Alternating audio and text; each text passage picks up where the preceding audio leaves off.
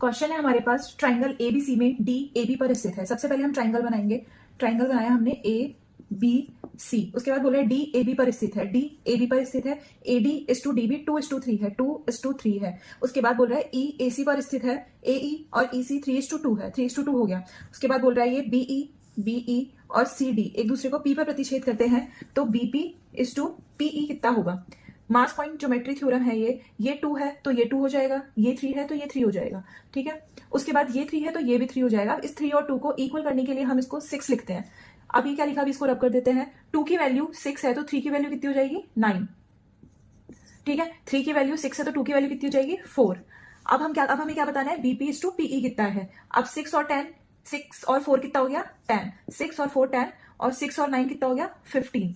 तो be BP और PE कितना हो जाएगा, 15:4। तो आंसर आया हमारे पास 15:4। Thank you. हमें क्वेश्चन में दे रखा है और हमसे ये पूछा है। अब हम क्या करेंगे, x-7 को मानेंगे y। किसको हमने y माना, x-7 को y। तो x की वैल्यू कितनी हो गई, y+7। अब x की वैल्यू इस इक्वेशन में हम पुट करेंगे। कैसे पुट करेंगे, x की जगह क्या रखेंगे, y+7 का होल स्क्वायर -17, x की जगह y+7 +69 बराबर 0। इसको खोलेंगे, y² प्लस 7 का square 49 plus 14y -17y minus का 17 सत्ते 119 प्लस का 69 बराबर 0।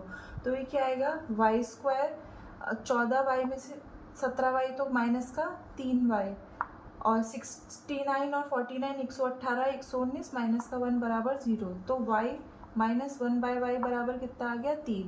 और हमसे पूछा क्या है, y² प्लस 1/y²। तो क्या होगा, 3 का स्क्वायर 9 प्लस 2, तो 3 का स्क्वायर 9 प्लस 2 बराबर 11। Answer. Thank you. Subscribe for more video. Question है हमारे पास, एक गोलाकार पार्क के चारों ओर समान चौड़ाई वाले एक गोलाकार रास्ते का क्षेत्रफल। ये हमारे पास एक गोलाकार पार्क है और इसके चारों ओर एक गोलाकार चौड़ाई वाला रास्ता है।